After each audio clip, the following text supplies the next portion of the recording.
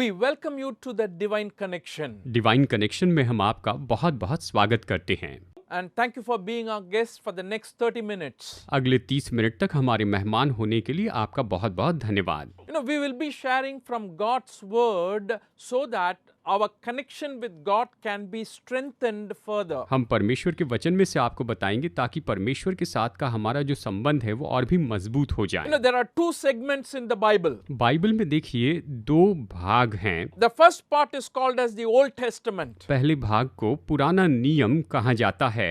There are 39 books in the Old Testament. और पुराने नियम में 39 किताबें हैं, हम ये जानते हैं। And in the New Testament there are 27 books. और नए नियम में 27 किताबें हैं, ये भी बात हम जानते हैं। And among those 27 books, one book that is accepted as the most practical book in the New Testament is the book of James. और इन 27 किताबों में से एक किताब है जिसे बहुत ही व्यवहारिक किताब के रूप में स्वीकार किया जाता है, और वो तो याकूब की पत्री है। It talks about the things that we face in our daily lives. ये उन चीजों के बारे में बताती है जिनका हम प्रतिदिन के जीवन में सामना करते हैं। This book was written by James himself, who was the brother of Jesus Christ. और ये किताब का लिखने वाला तो स्वयं याकूब है, जो कि यीशु मसीह का भाई था। How do you know that if you ask me? अगर आप मुझसे पूछे आपको कैसे पता? Again, all that I share is only from God's word. मैं यही कहता हूँ, जो बता रहा हूँ वो परमेश्वर के वचन से है। If you turn to Matthew chapter 13 verse 55,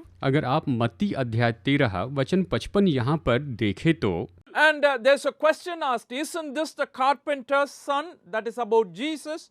Isn't his mother's name Mary?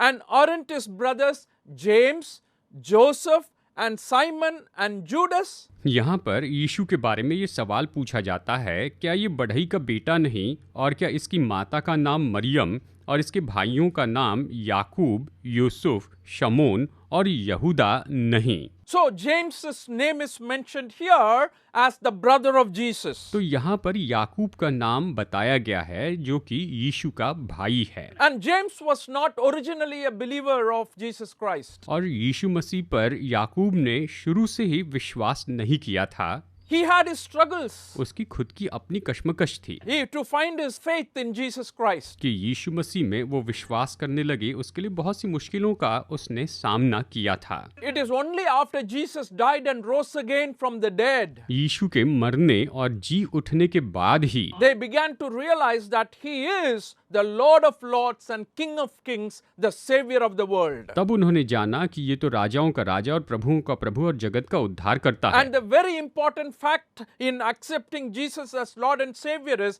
Bible says that Jesus appeared to James.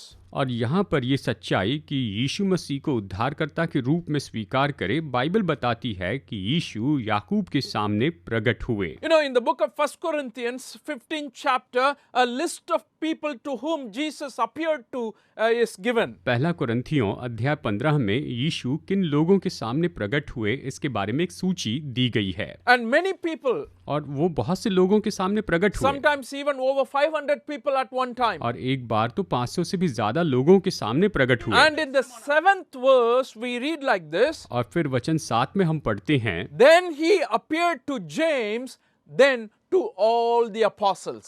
फिर वो याकूब को दिखाई दिया और तब सब प्रेरितों को दिखाई दिया। इस तरह से वचन कहता है। So he appeared to James. तो वो याकूब के सामने प्रकट हुए। So he was the one who is writing this epistle. और यही याकूब इस पत्री को लिख रहा है। He was also a leader in the church at Jerusalem. और वो तो यरूशलेम की कलीसिया का अगुवा भी था, उनका पास्टर भी था। In the book of Galatians chapter 2 verse 9 we read like this, गलातियों अध्याय 2 वचन 9 में हम इस तरह पढ़ते हैं, James, Cephas and John, those esteemed as pillars, gave me and Barnabas the right hand of fellowship when they recognized the grace given to me. They agreed that we should go to the Gentiles and they to the circumcised. जब उन्होंने उस अनुग्रह को जो मुझे दिया था जान लिया, तो याकूब और कैफा और यूहन्ना ने, जो कलीसिया के खंबे समझे जाते थे, मुझको और बरनबास को संगति का दाहिना हाथ दिया कि हम अन्य जातियों के पास जाएं और वे खतना किए हुओं के पास।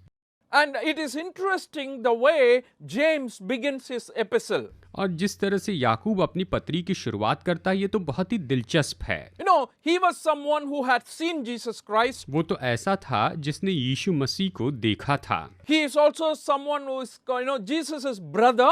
और वो तो यीशु मसीह का भाई भी था। So when he starts his epistle, as he is addressing, he is not saying, I am the brother of Jesus, etc., but the way he begins is as if he is the servant of the Lord Jesus Christ. तो जब वो अपनी पत्री की शुरुआत करता है तो इस तरह से नहीं लिखता है कि मैं तो यीशु का भाई हूँ, लेकिन यीशु के दास के रूप में वो इसे लिखता है। So today I want to focus on the very first 4 verses in this first chapter of James. तो आज मैं याकूब के पहले अध्याय के शुरू के 4 वचनों पर गौर करना चाहता हूँ। James, a servant of God and of the Lord Jesus Christ, to the 12 tribes scattered among the nations, greetings.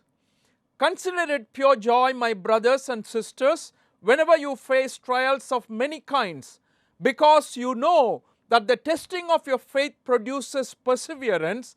Let perseverance finish its work so that you may be mature and complete and not lacking anything. याकूब अध्याय 1 वचन 1 से 4 इस तरह से कहता, आइए इसे पढ़ते हैं। परमेश्वर के और प्रभु यीशु मसीह के दास याकूब की ओर से उन 12 गोत्रों को जो तितर बितर होकर रहते हैं नमस्कार पहुँचे। हे मेरे भाइयों, जब तुम नाना प्रकार की परीक्षाओं में पड़ो तो इसे पूरे आनंद की बात समझो, ये जानकर कि तुम्हारे विश्वास के परखे जाने से धीरज उत्पन्न होता है, पर धीरज को अपना काम पूरा करने दो कि तुम पूरे और सिद्ध हो जाओ और तुम में किसी बात की घटी न रहे। The basic idea he is trying to give to all of us is, do not be discouraged when you are faced with trials and temptations. यहाँ पर वो बुनियादी विचार हमें यही दे रहा है कि जब हम चुनौतियों का सामना करते हैं तो हम निराश ना हो। He is writing to a group of people who, because of the persecution of their faith, was scattered to different parts of the world. ये तो ऐसे लोगों को लिख रहा था जो अपने विश्वास के कारण पूरे संसार में तितर बितर हो गए थे। You may be wondering when they were persecuted and why they were scattered. शायद आप ये सोच रहे होंगे कि उन्हें क्यों सताया गया और वो क्यों तितर बितर हो गए थे। The persecution of Christians and the church is not new now in the 21st century. It has happened in the early church period itself. और कलीसिया को जो सताया जाना है वो तो अभी 21वीं सदी में कोई नई बात नहीं है, ये तो पहली सदी के समय से चलता आ रहा है। In the book of Acts we read in the 8th chapter, 1st verse, and Saul approved their killing of him. There we mean Stephen's killing. Stephen was murdered there, or he was killed because of his faith. And then we read like this, on that day a great persecution broke out against the church in Jerusalem, and all except the apostles were scattered throughout Judea and Samaria. प्रेरितों के काम अध्याय 8 वचन 1 में हम पढ़ते हैं, शाऊल उसके वध में सहमत था, यानी स्तिफनुस की हत्या में वो सहमत था। और फिर वचन आगे कहता है, उसी दिन यरूशलेम की कलीसिया पर बड़ा उपद्रव आरंभ हुआ और प्रेरितों को छोड़ सब के सब यहूदी और सामरिया देशों में तितर बितर हो गए। I want you to pay attention to the statement there very clearly, where great persecution broke out against the church in Jerusalem. इस वाक्य की ओर ध्यान दीजिए, उसी दिन यरूशलेम में कलीसिया पर बड़ा उपद्रव आरंभ हुआ।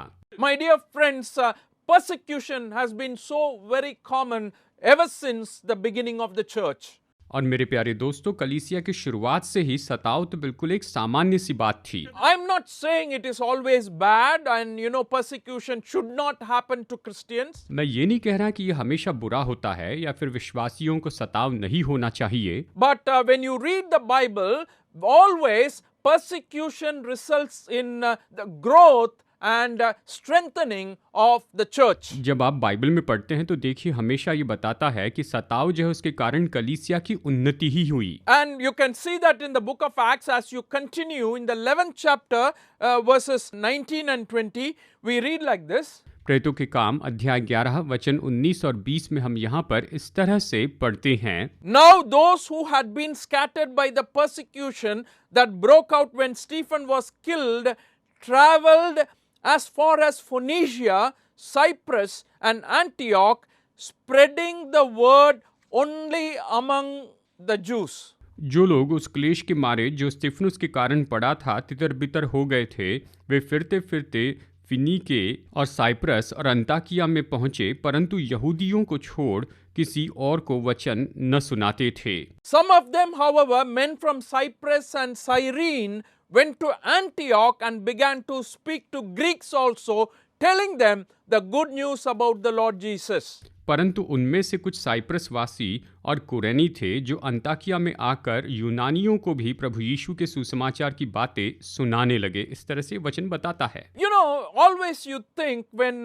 people are persecuted for their faith, it will diminish the faith, or it'll be working against the faith, so people will lose their faith. No, no, no. When you look at the Bible, and even now, wherever persecution breaks out, the faith is strengthened and the church began to multiply. जब आप इस तरह से देखते हैं कि सताव हो रहा है तो आप ये सोचेंगे कि लोग अपने विश्वास से हट जाएंगे और वो विश्वास छोड़ देंगे।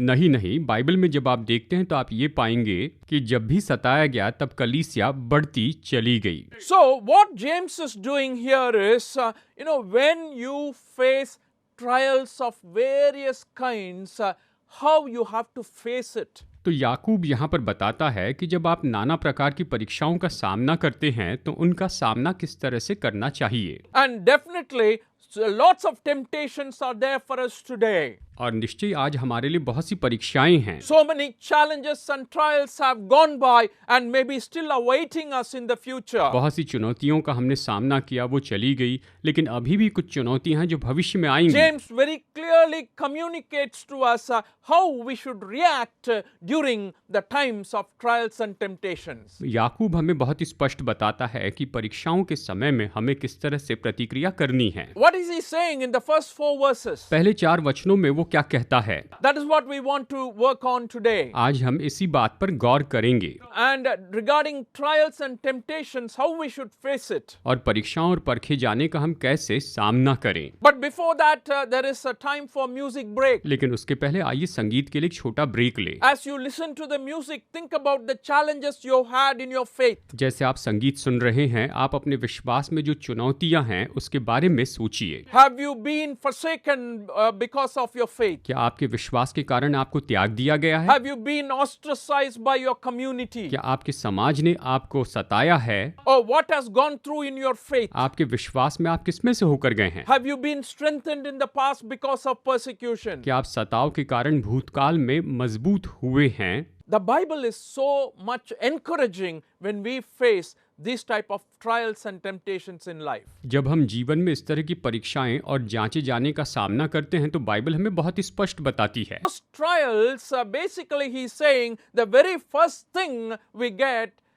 consider it pure joy, my brothers, when you face trials of various kinds. वो कहता है, हे मेरे भाइयों, जब तुम नाना प्रकार की परीक्षाओं में पढ़ते हो तो इसे बड़े आनंद की बात समझो, इसे पूरे आनंद की बात समझो। He is asking us to approach the trials positively. और वो हमसे ये कहता है कि उन परीक्षाओं का सामना हमें बहुत ही सकारात्मक रूप में होकर करना है। He is telling us, do not be surprised when you have trials. वो कहता है जब परीक्षाएं होती है तो तुम चकित ना होना। This is something to be expected. ये तो ऐसा है जिसकी हम अपेक्षा करते हैं। And at times when we go through, we may be confused in our life, in our faith, but he is encouraging us, don't be surprised. जब हम ऐसे समय में से होकर जाते हैं तो शायद हम अपने विश्वास में गड़बड़ी में पड़ जाए, लेकिन वो कहता है कि तुम चकित ना होना। And consider it pure joy. और इसे पूरे आनंद की बात समझो।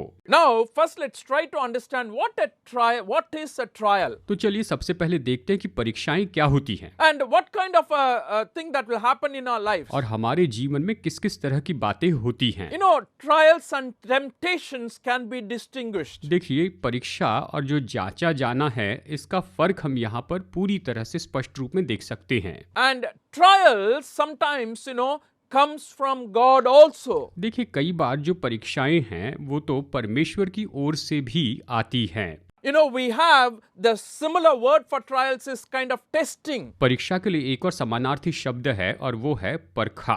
And sometimes, you know, we read, God tested Abraham. कई बार हम इस तरह से पढ़ते हैं कि परमेश्वर ने अब्राहम को परखा। So, in other words, what we are saying here is trials can be sometimes permitted by God in the life of a believer. तो हम यहाँ पर ये कह रहे हैं कि कई बार विश्वासी के जीवन में परीक्षा को परमेश्वर अनुमति देते हैं। So that's why he is saying, consider it pure joy, my brothers, when you face trials of various kinds. और इसलिए ये कहता है कि हे मेरे भाइयों, जब तुम नाना प्रकार की परीक्षाओं में पढ़ो तो इसे बड़े आनंद की बात समझो। It is not something that should alarm you. ये ऐसी बात नहीं है जो आपको पूरी तरह चकित कर दे। In the book of 1 Peter chapter 4 verses 12 to 13 we read like this. पहला पत्रस अध्याय 4 वचन 12 और 13 में हम इस तरह से पढ़ते हैं। Dear friends, do not be surprised at the fiery ordeal that has come on you to test you, as though something strange were happening to you.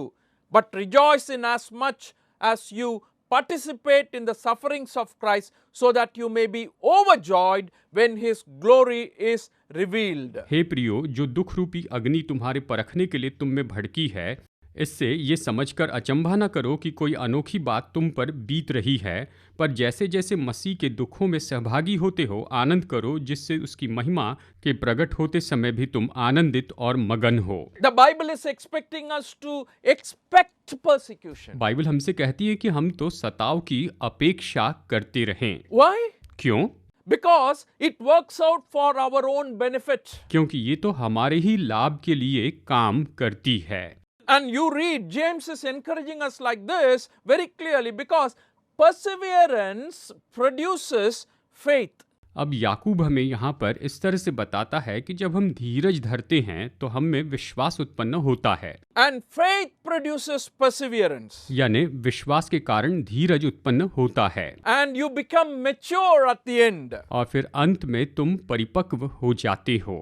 In the book of Romans also, chapter 5 verse 4, we read like this, perseverance, character, and character, hope. Romeo अध्याय 5 वचन 4 कहता है, और धीरज से खरा निकलना और खरे निकलने से आशा उत्पन्न होती है। इस तरह से वचन हमें बताते हैं। And what Apostle Paul is very clearly telling us is, even when you go through pain, even when you go through agony, you rejoice in it, because you have someone whom you fully believe will work that out for your own good. पौलुस हमें ये प्रोत्साहित करता है कि जब हम दर्द में से, पीड़ा में से होकर जाते हैं तो आप वहाँ पर धीरज रखिए, क्योंकि कोई है जो आपकी मदद करेगा। You know, it's not easy to be joyful when we are faced with trials and persecution. जब हम सताव और यातनाओं का सामना करते हैं तो उस समय ये सब कुछ इतना आसान नहीं रहता है। There is a beautiful incident recorded in the book of Acts by Luke, which happened to Apostle Paul and Silas. प्रेरित पौलुस और सिलास के साथ में जो घटना हुई थी उसके बारे में लूका प्रेरितों के काम में बहुत ही सुंदर तरीके से हमें लिखकर बताता है। Acts chapter 16 verse 25. प्रेरित अध्याय 16 वचन 25।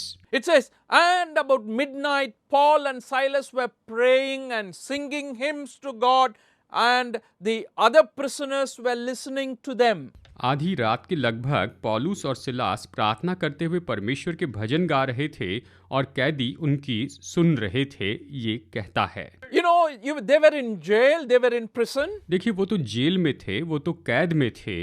Their hands and legs were tied. और उनके जो हाथ और पैर हैं उन्हें तो बांध कर रखा गया था। That trial did not bring down their commitment, their love for God. इतनी यातनाओं के बावजूद परमेश्वर के लिए उनके मन में जो प्रेम था वो घटा नहीं। They were singing joyfully. वो बड़े आनंद से गीत गा रहे थे। You know, when James says, approach the trials positively, जब याकूब कहता है कि सकारात्मक रूप में इन परीक्षाओं का सामना करो, and that's what Paul and Silas did. पौलुस और सिलास ने यही तो किया था। And other people were listening to it. और दूसरे लोग उसकी सुन रहे थे। And when they listened to it, probably they were wondering in their hearts, how come these people were able to sing in prison? दूसरे कैदी जब ये सुन रहे थे तो शायद वो ये सोच रहे होंगे कि कैसे इस जेल में ये इस तरह गीत गा सकते हैं, They would not have understood the joy that is possible. और उनके लिए जो आनंद संभव है वो उसे समझ नहीं पाए। Paul and Silas are not trying to cover up their emotions. पौलुस और सिलास अपनी भावनाओं को यहाँ पर ढांक नहीं रहे थे। They are not ignoring the pain that they were going through. वो जिस दर्द में से होकर जा रहे थे उसे अनदेखा नहीं कर रहे थे। But I can tell you honestly, how they were able to sing is because of the faith in the Lord Jesus Christ. लेकिन मैं आपको ईमानदारी से बताता हूँ कि वो प्रभु यीशु मसीह पर जो विश्वास करते थे उसके कारण गीत गा रहे थे। That's why James says, consider it pure joy, my brethren. और इसीलिए याकूब कहता है इसे तुम बड़े आनंद की बात समझो भाइयों। It's a decision that we have to make. हमें ये निर्णय लेना पड़ता है। What trials are you facing? आप किन परीक्षाओं का सामना कर रहे Are हैं? you complaining about that always? क्या आप हमेशा इसके बारे में शिकायत कर रहे हैं? Are you murmuring about that? क्या आप इसके लिए कुड़कुड़ा रहे हैं? Are you losing your faith because of the trials? क्या आप परीक्षाओं के कारण अपने विश्वास को खो रहे हैं? You know, James is saying, you consider it pure joy, my brethren, when you face trials of various kinds. याकूब कहता है जब तुम नाना प्रकार की परीक्षाओं का सामना करते हो तो इसे पूरे आनंद की बात समझो, And that is when those trials can become your strength. और तभी ये सारी जो परीक्षाएं हैं ये आपका बल हो जाती हैं। As you read, you know, the first four verses in the book of James, the second idea that comes is that trials produce patience and perseverance. जैसे आप याकूब की पत्री अध्याय 1 के पहले 4 वचन पढ़ते हैं तो यहाँ पर आप दूसरा विचार ये देखते हैं कि परीक्षाओं के कारण धीरज और डटे रहना उत्पन्न होता है। You know, first of all, we said approach trials positively. सबसे पहले हमने कहा कि परीक्षाओं का सामना सकारात्मक रूप में करें। Why? क्यों?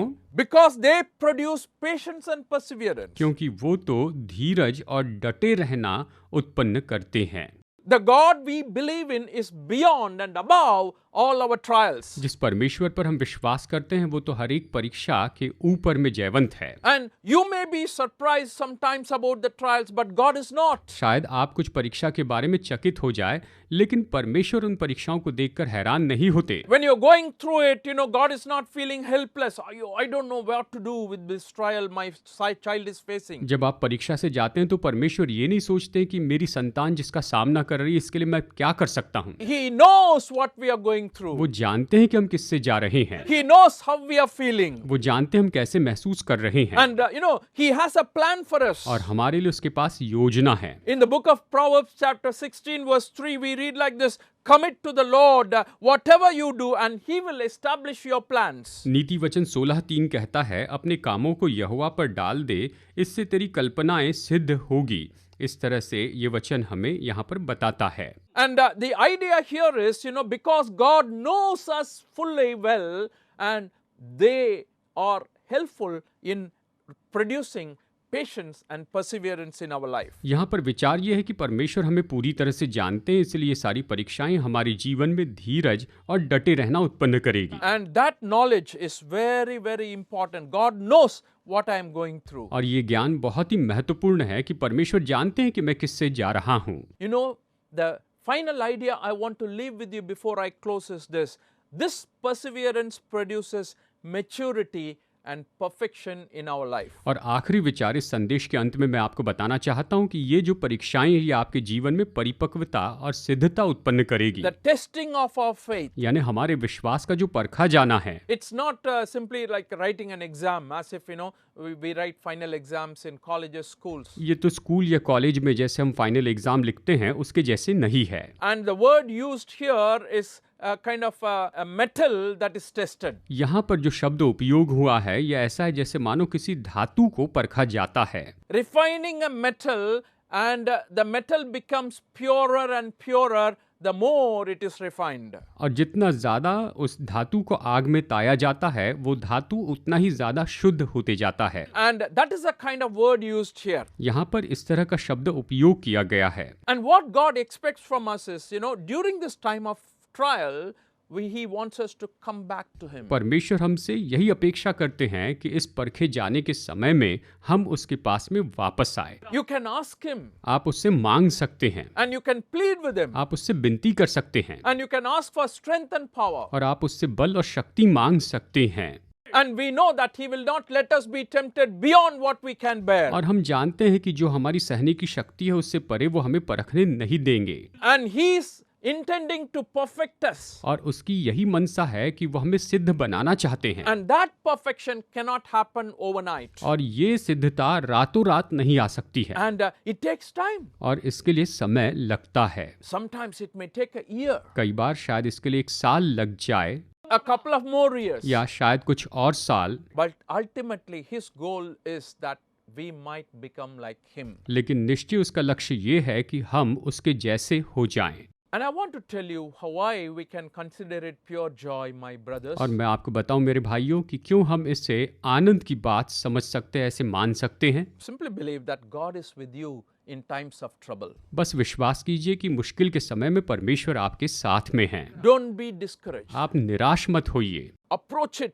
positively. सकारात्मक रूप में उसकी ओर आगे बढ़ें, And then it will develop perseverance and patience and ultimately maturity. और फिर ये धीरज और डटे रहना उत्पन्न करेगा और आगे जाकर ये निश्चय ही परिपक्वता को उत्पन्न करेगा। The God I am talking about is a God who wants to make you like him. जिस परमेश्वर के बारे में कह रहा हूँ वो परमेश्वर चाहते हैं कि आप उसके जैसे हो You जाएं। know what a great God. ये परमेश्वर कितने महान हैं। He wants you to become like him. वो चाहते हैं कि आप उसके जैसे हो जाएं। Trials and temptations can help you to become mature and like him in so many ways. परीक्षाएं आपकी मदद कर सकती हैं कि आप बहुत से तरीके से उसके जैसे हो और उसे प्रकट करते जाएं। May God help you and bless you today. आज परमेश्वर आपकी मदद करें और आपको बहुतायत से आशीष दे।